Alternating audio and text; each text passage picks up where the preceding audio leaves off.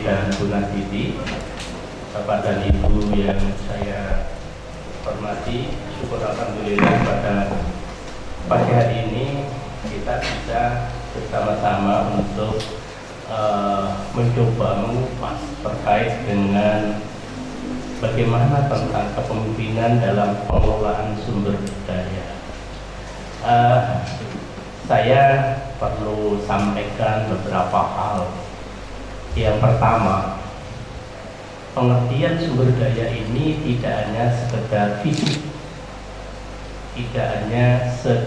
fisik, tetapi sumber daya yang kami pahami itu adalah semua potensi yang ada di sekolah ini, baik secara fisik maupun jaringan dan sistem. Itu yang harus dipahami bersama agar kita bisa mengkolaborasikan dari sumber daya yang ada. Ketika kita memiliki sarana itu sebagai sumber daya fisik yang kita miliki, kita punya gedung, kita punya peralatan, kemudian akan diikuti dengan sumber daya manusia yang mempunyai mindset untuk memberdayakan sumber daya itu. Dari mindset memberdayakan sumber daya, maka perlu dibuat sistem agar sistem itu menjadi tumpang tindih, minimal tidak menimbulkan kecemburuan atau justru akan mengatur, karena maka manajemen itu adalah mengatur dari sebuah sistem, memadukan beraneka macam sumber daya untuk mencapai satu tujuan. Itu kita berbicara tentang sistem. Nah, kalau kita bicara untuk di SMK, apalagi ini SMK swasta, maka ini peluang yang sangat luar biasa untuk mengembangkan aneka macam sumber daya yang tadi disebutkan. Yang pertama, secara fisik, kita mempunyai gedung, dan gedung itu tidak hanya sibuk untuk pembelajaran karena kita sudah tidak lagi berbicara kelas, tetapi kita berbicara tentang workshop. Workshop itu adalah tempat kerja. Mungkin bagi orang-orang yang masih berpikir normatif, anak-anak sekolah kok kita bicaranya suruh kerja, tanpa kita pahami dan kita sadari bahwa proses bekerja itu adalah pendidikan dan latihan. Pendidikannya membentuk etos kerja, latihannya membentuk keterampilan, sehingga antara soft skill dan hard skill akan bersama-sama. Itulah yang bersama-sama kita pahami karena kita menghadapi komunitas masyarakat. Alhamdulillah bagi ibu pendamping ini dari pendidikan TK dan dasar, mohon dipahamkan bahwa mendidik dan melatih anak itu adalah di workshop, bukan di kelas yang diceramai. Jadi kalau ada masyarakat, tetangga dan sebagainya masih berpikiran bahwa belajar itu menuntut ilmu, itu untuk di kurikulum merdeka menurut saya perlu ditambahkan. Tidak sekedar menuntut ilmu, tetapi adalah mendidik dan melatih. Sehingga konsep kita adalah soft skill itu 50%, hard skill itu 30%, dan pengetahuan itu baru 20%. Kenapa itu dilakukan? Banyak orang yang tahu, tetapi belum tentu orang terbentuk etos kerja. Banyak orang yang tampil, tetapi belum tentu bagaimana memahami pasar. Padahal kurikulum merdeka itu arahnya pada 6 dimensi profil pelajar Pancasila, yang salah satunya itu adalah membentuk soft skill, dan soft skill itu terukur berdasarkan kebutuhan pasar kerja. Pengertian pasar kerja ini bukan guru. Pengertian pasar kerja ini adalah orang-orang yang kreatif, orang-orang yang bisa menatap masa depan. Kita ini akan menghadapi bonus demografi. Itu tidak hanya dibutuhkan orang yang pintar, orang-orang yang bertitel, sekolah-sekolah di luar negeri atau sekolah di negeri, tetapi membutuhkan orang-orang yang kreatif, orang-orang yang punya share of crisis, orang-orang yang mau dan peka terhadap perubahan. Itu yang dibutuhkan. Assalamualaikum warahmatullahi wabarakatuh.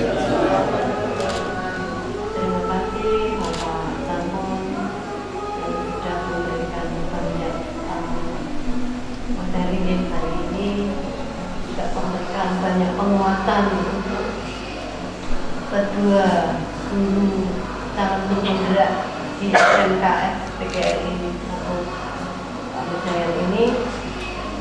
Dan alhamdulillah Ibu Nastiti dan Bapak Edi Purnomo adalah salah satu guru penggerak angkatan 9 yang sangat-sangat luar biasa hebat.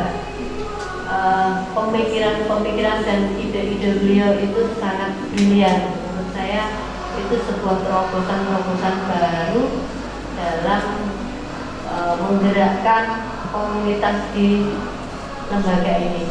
Dan alhamdulillah juga mendapat dukungan 100% dari Bapak Kepala Sekolah, juga lingkungan rekan sejawat.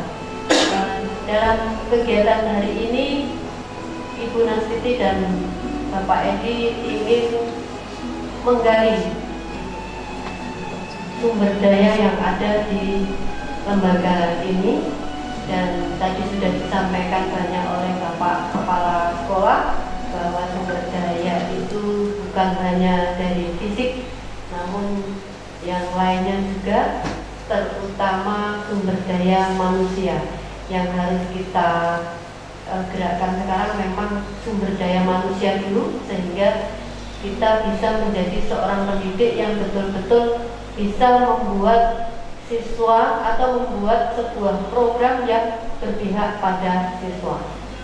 Membuat bagaimana kalau di SMK itu antara soft skill dan hard skill itu seimbang, jadi mungkin lebih banyak soft skill-nya karena memang untuk pasar kerja soft skill itu sangat dibutuhkan. Ini nanti monggo Bapak Ibu silakan mengelola kira-kira sumber daya apa saja yang ada di lembaga kita, di lembaga SMK ini, untuk dikelola. Jadi sumber daya itu tidak hanya dari kelebihan, tetapi dari kekurangan pun kita bisa membuat itu sebuah sumber daya. Kita gali bagaimana sebuah kekurangan itu bisa menjadi sebuah sumber daya. Nanti untuk diskusinya akan dipandu oleh beliau Ibu Nastiti dan Bapak Edi. Saya di sini hanya mengamati proses penggalian sumber daya di lembaga ini. Saya rasa itu saja. Saya akhiri. Wassalamualaikum warahmatullahi wabarakatuh. Terima kasih Bapak Ibu atas waktunya. Assalamualaikum warahmatullahi wabarakatuh. Ini sepertinya butuh pelemasan dulu ini, Bu. Butuh pelemasan dulu ya, jangan dekat.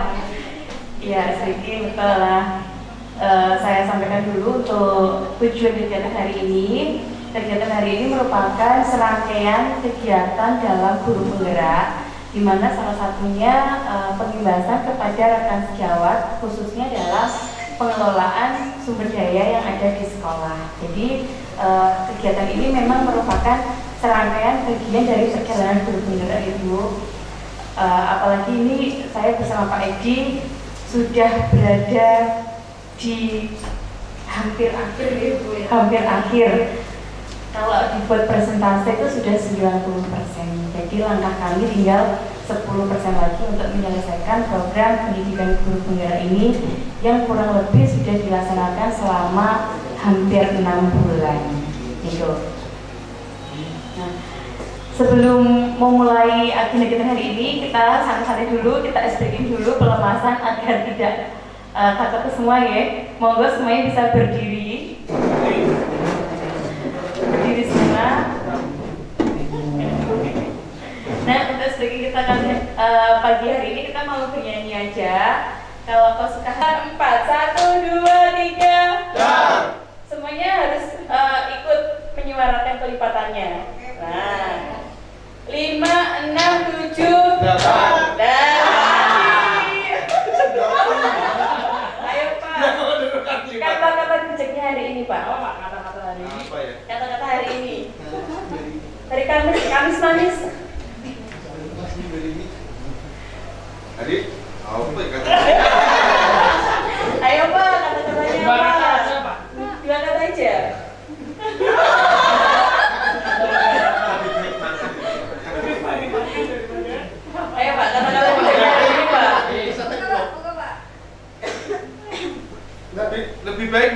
daripada tidak makan. Ini mas biasa. Sekali lagi kelipatan dari 6. Semuanya mohon berhitung. 1, 2, 3, 4, 5, go. Dia sepertinya. Monggo Bu, monggo Ibu, monggo. Kata-katanya Bu.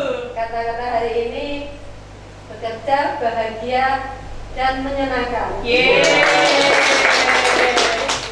Terima kasih Bapak Ibu semua, mohon bisa duduk kembali. Sudah agak lumayan lemes ini. Karena sudah speaking, diharapkan sudah lemes ya, baik lemes dari segi raga maupun batinnya. Sebelumnya kami ini Bu izin menyampaikan kepada media, kenapa Bapak Ibunya mungkin tidak begitu banyak Bu, karena saat ini bertempatan dengan asesmen pada, kalau di sekolah kami menggunakan istilah catur bulan Bu. Ini catur bulan yang kelima. Ini sudah memasuki minggu yang kedua, nanti kurang 2 hari lagi hari Jumat sama hari Sabtu, karena juga mepet juga nih Bu untuk waktunya. Yeah. Baik Bapak Ibu, saya mulai bersama Pak Edi untuk materi presentasi kita hari ini, yaitu tentang pemimpin dalam pengelolaan sumber daya. Nah, yang dimaksud pemimpin di sini adalah kita sendiri masing-masing sebagai individu, sebagai seorang tenaga pendidik harus mampu mengelola sumber daya yang ada di sekitar kita. Itu yang pertama. Lalu yang kedua, seberapa besar sumber daya yang ada di sekolah yang kita miliki dapat memfasilitasi proses pembelajaran murid saat ini. Lalu adakah cara alternatif yang bisa kita lakukan untuk memaksimalkan sumber daya yang ada? Lalu sudahkah sekolah memanfaatkan apa yang ada di lingkungan sekitar kita? Lalu bagaimana bentuk pemanfaatannya? Monggo Bapak Ibu.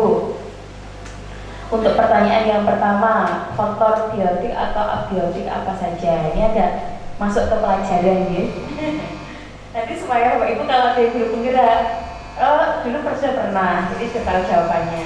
Monggo, kira-kira faktor biotik atau abiotik itu nopo mawon? Yes, Mas Edo. Jadi menjawab mungkin Siap. mohon maaf ya, kalau biotik itu kan tentang biologi, berarti kan makhluk hidupnya, berarti manusianya. Betul. Jadi ada siswa, ada guru dan karyawan. Siap. Biotik berarti kan infrastrukturnya. Jadi ini lingkungan sekolahnya, seperti kelas, ruang kelas, ruang apa? Ya, ini yang ada di organisasi sekolah. Siap. Itu Bu. Mohon tepuk tangan dulu untuk Pak Lejo. Karena ini sebenarnya guru sejarah Bu, tapi ternyata tidak tahu biologi. Oh, fenomena ya. Oke, betul yang disampaikan Pak Lejo bahwa kelompok biotik itu adalah yang berupa, dan titik faktor ini saat ini juga menjadi perhatian bagi kami supaya bisa diinjaskan ke sekolah yang lain. Itu berarti otomatis dari yang disampaikan Bu Bunga tadi sudah menjawab pertanyaan yang terakhir, bahwa sudahkah sekolah memanfaatkan apa yang ada di kehidupan sekitar. Berarti dari potensi sumber daya yang dimiliki itu sudah dimaksimalkan dengan mengikuti pelatihan yang ada di sekitarnya. Tentu saja bukan hanya untuk sumber daya manusia saja, melainkan ada sumber daya yang lainnya. Monggo Pak Agus bisa pada slide selanjutnya. Nah, tadi itu sudah dijelaskan Pak Ledo ya. Untuk faktor biotik tadi yang sifatnya adalah unsur yang hidup, itu ada murid, kalau di sekolah kita ada murid, kepala sekolah, guru, staf atau tenaga kependidikan, pengawas, orang tua, masyarakat, dinas terkait, pemerintah daerah, bisa ditambahkan juga dengan DUDI, karena SMK hubungannya dengan DUDI yang bersangkutan. Lalu kalau untuk faktor abiotiknya itu bisa berupa keuangan, sarana prasarana dan lingkungan yang ada di sekitar kita. Monggo selanjutnya. Nah, untuk mengelola apa yang telah kita miliki itu ada dua pendekatan. Ada pendekatan berbasis kekurangan atau masalah, sama pendekatan berbasis aset. Kalau pendekatan berbasis kekurangan berarti kita melihatnya selalu dari yang kurang, apa yang kurang di sekolah kita, apa yang tidak kita miliki, apa yang kurang berfungsi dengan baik. Sedangkan untuk pendekatan berbasis aset berarti kita melihat aset yang kita miliki dan kita berupaya untuk bagaimana caranya memaksimalkan aset-aset yang ada. Jadi misalnya pendidikan ini tidak dapat berjalan karena kita memang tidak punya alatnya, bukan seperti itu, melainkan pendidikan harus tetap berjalan dengan memanfaatkan aset yang ada, dan kita harus menumbuh kembangkan kreativitas bagaimana membuat aset yang tidak berharga menjadi aset yang berharga. Tuh. Selanjutnya Pak Agus. Aset tadi sudah dijelaskan di lingkungan sekitar sekolah kita. Untuk aset itu yang pertama ada modal manusia, modal sosial, modal politik, kemudian modal agama dan budaya. Yang kelima ada modal fisik, kemudian yang keenam modal lingkungan alam, yang ketujuh modal finansial. Nah, di sini mari Bapak Ibu coba kita gali nanti bersama-sama saja ya. Untuk berarti ini langsung misalkan modal manusia, nanti apa saja ini demikian. Kita coba ke poin yang pertama nih Bapak Ibu. Kira-kira di modal manusia ini kalau yang ada di sekitar lingkungan sekolah kita itu meliputi apa saja? Monggo.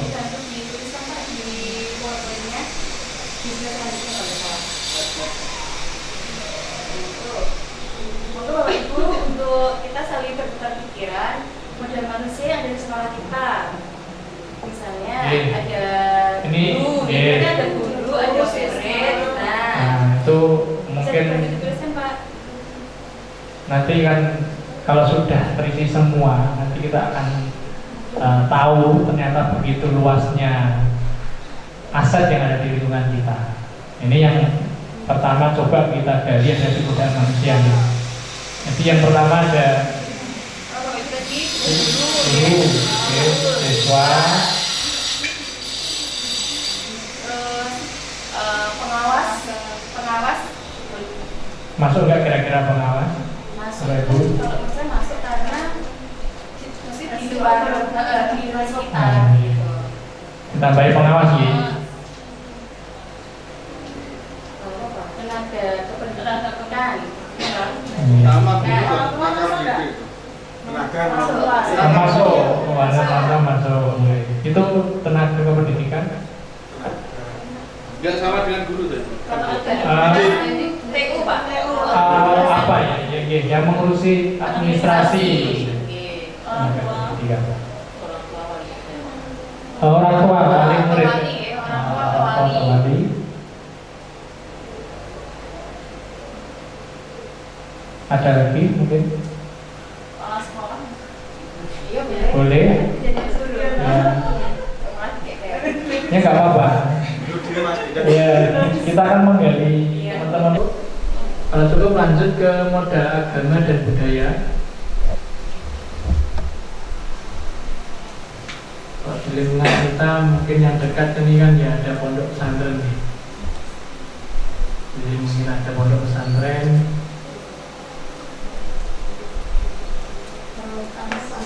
Komunitas dongkrek. Kalau budaya masuk komunitas dongkrek.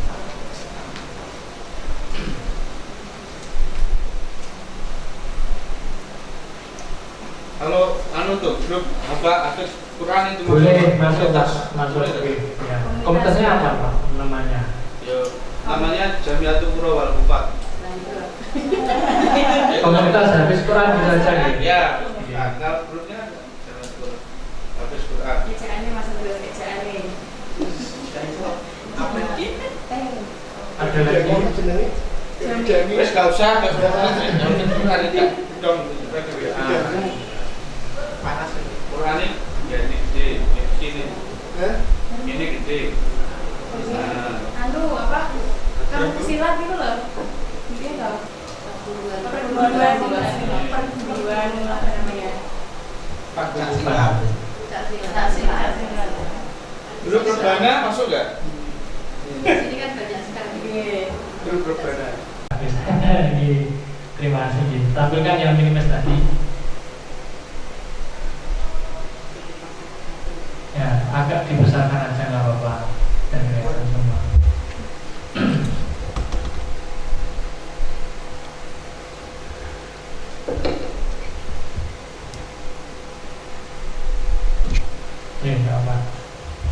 Bapak Ibu, saya dan Bu Nastiti tidak menyangka setelah coba di sini kita berkumpul bareng menggali apa yang ada di lingkungan sekitar kita, aset-aset yang mulai dari tadi model manusia sampai ke model finansial ternyata sangat banyak.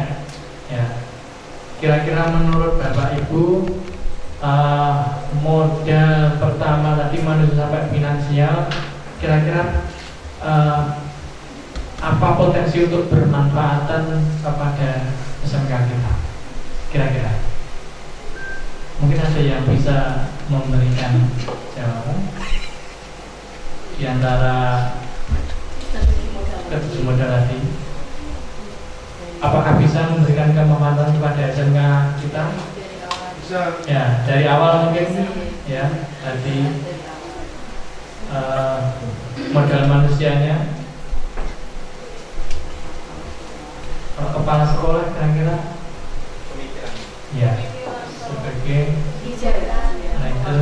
kebijakan, kemudian kalau kepala sekolah kita kan sangat luar biasa nih, saya bilang sebagai inovator, selalu berinovasi, motivator juga selalu. Itu misalkan mereka keterbatasan mesin dan belum bisa mengoptimalkan untuk operasional, kan mereka takut kalau mesin nanti rusak, yang mahal, perbaikan komponen seperti itu. Kalau di kami tidak, di kami just namanya belajar itu tidak ada rasa Pak. Tapi ketika ada problem, permasalahan di peralatan yang mungkin kategorikan ada error dan rusak, itu kita semaksimal mungkin tidak terus Pak tekanan teknisnya enggak, coba kita perbaiki dulu, karena untuk sekarang kan informasi lebih luas nih Bu. Dan misalkan error itu kita search di YouTube aja ternyata ketemu dan itu bisa, itu sangat luar biasa. Betul. Jadi contoh kasus yang sudah terjadi ini, itu misalnya kita kita itu kan baru itu ada error, itu kalau kita panggil teknisi ke sini itu habisnya 2,5 juta. Nah, begitu kita kemarin coba search di YouTube, itu bisa alhamdulillah bisa terselesaikan. Dan kita komunikasi dengan sana. Nah ini coba aja kalau kita ambil 2,5 juta itu hanya masalah sepele, kita nggak tahu. Itu berian yang dedikasi yang kami seperti itu.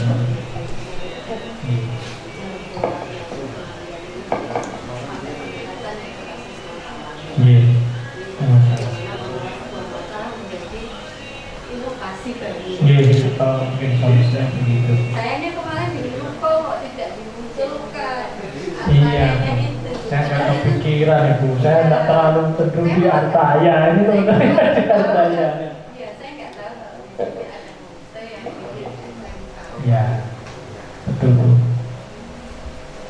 Saya kemarin besok aja nanti saya Iya.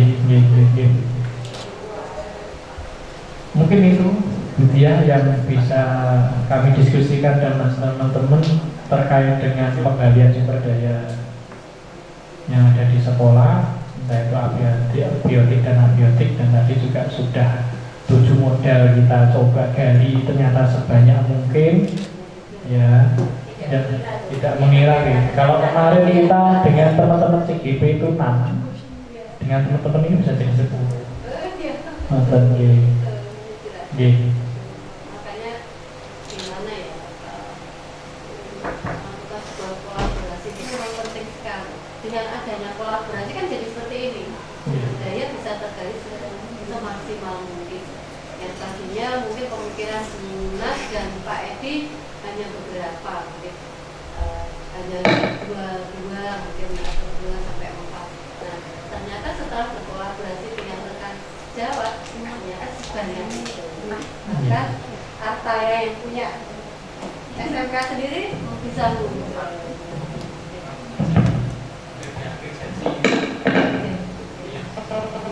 Terima kasih Bapak Ibu sekalian. Disinilah letak dari pentingnya sebuah kolaborasi. Bahwa di pendidikan guru penggerak itu ditekankan untuk memang selalu berkolaborasi dalam hal apapun. Jadi sekecil apapun kalau kita berkolaborasi, sebetulnya kita sudah sering melakukan kolaborasi, mungkin belum secara detail nih. Istilahnya kalau dulu kan gotong royong. Seperti hari ini untuk pemetaan aset itu yang tadinya mungkin hanya 4 menjadi banyak, karena kita banyak berkolaborasi dengan rekan untuk saling memberikan masukan atau ide-ide, karena belum tentu bahwa ide kita itu sudah muncul semuanya, mungkin dari rekan-rekan. Terima kasih kepada Bapak Ibu guru hebat di SMK model ini. Saya juga mengapresiasi kegiatan-kegiatan di sini. Saya sering mendengar cerita dari Dimas dan Pak Edi bahwa SMK ini selalu melakukan terobosan-terobosan yang baru. Nah, di dunia usaha ternyata dan industri, ternyata SMK ini memang tidak kalah dengan SMK negeri, bahkan mungkin di atasnya SMK negeri.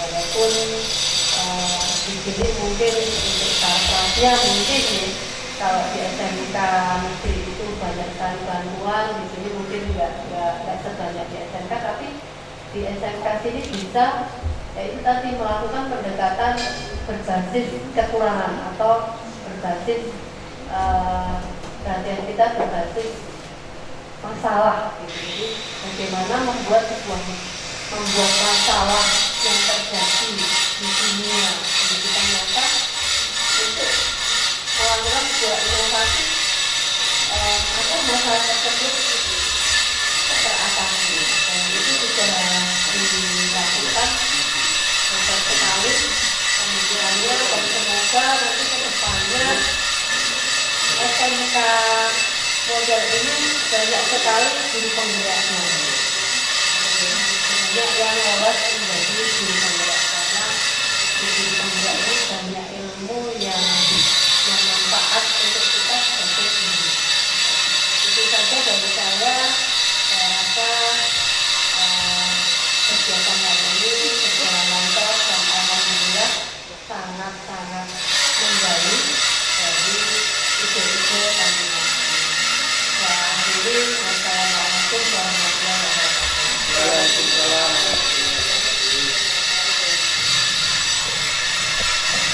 Terima kasih Bu Dia untuk memberikan feedback pada kegiatan hari ini. Dan saya beserta Pak Edi mengucapkan terima kasih yang sebesar-besarnya bagi Bapak Ibu guru yang telah bersedia berbagi dengan kami untuk mengeksplorasi aspek-aspek apalagi yang ada di lingkungan sekolah kita. Semoga apa yang telah kita gali hari ini bermanfaat bagi sekolah kita, khususnya untuk pembelajaran yang berpihak pada murid-murid di SMK PGRI 1 Mejayan. Terima kasih Bapak Ibu atas waktunya. Kegiatan ini kami mohon izin untuk ditutup. Terima kasih. Wassalamualaikum warahmatullahi wabarakatuh. Waalaikumsalam warahmatullahi wabarakatuh. Aplausnya Bapak Ibu.